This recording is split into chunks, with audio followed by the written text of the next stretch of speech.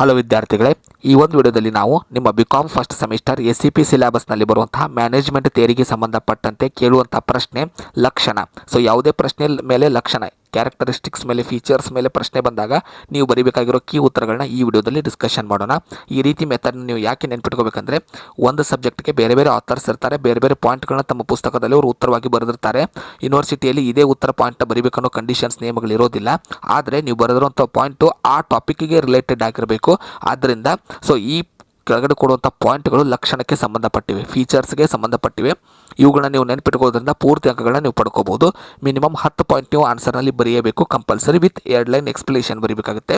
So ಮೊದಲೇ point ಉದ್ದೇಶ ಮತ್ತು ಗುರಿ, ಪರ್ಪಸ್ ಆ್ಯಂಡ್ ಗೋಲ್, ಏಕತೆ ಯುನಿಟಿ, ಗುಂಪು ಪರಿಶ್ರಮ ಟೀಮ್ ವರ್ಕ್, ಜವಾಬ್ದಾರಿ ರೆಸ್ಪಾನ್ಸಿಬಿಲಿಟಿ, ಮಾಹಿತಿ ವಿನಿಮಯ ಇನ್ಫಾರ್ಮೇಷನ್ ಎಕ್ಸ್ಚೇಂಜ್, ಪರಸ್ಪರ ತಿಳುವಳಿಕೆ ಮ್ಯೂಚುವಲ್ ಅಂಡರ್ಸ್ಟ್ಯಾಂಡಿಂಗ್, ಕಾರ್ಯಪ್ರವೃತ್ತಿಗೊಳಿಸುವಿಕೆ ಆ್ಯಕ್ಷನ್ ಪ್ಲಾನಿಂಗ್, ಮಾನವೀಯ ಅಂಶಗಳು ಹ್ಯೂಮನ್ ಫ್ಯಾಕ್ಟರ್ಸ್, ನಿರಂತರ ಪ್ರಕ್ರಿಯೆ ಕಂಟಿನ್ಯೂಸ್ ಪ್ರೊಸೆಸ್, ಕಾರ್ಯಕ್ಷಮತೆ ಪರ್ಫಾರ್ಮೆನ್ಸ್. ಸೊ ಇವಿಷ್ಟು ಪಾಯಿಂಟ್ನ ನೀವು ನೆನ್ಪಿಟ್ಕೊಂಡ್ರೆ ಪೂರ್ತಿ ಅಂಕಗಳನ್ನ ನೀವು ಪಡ್ಕೋಬಹುದು.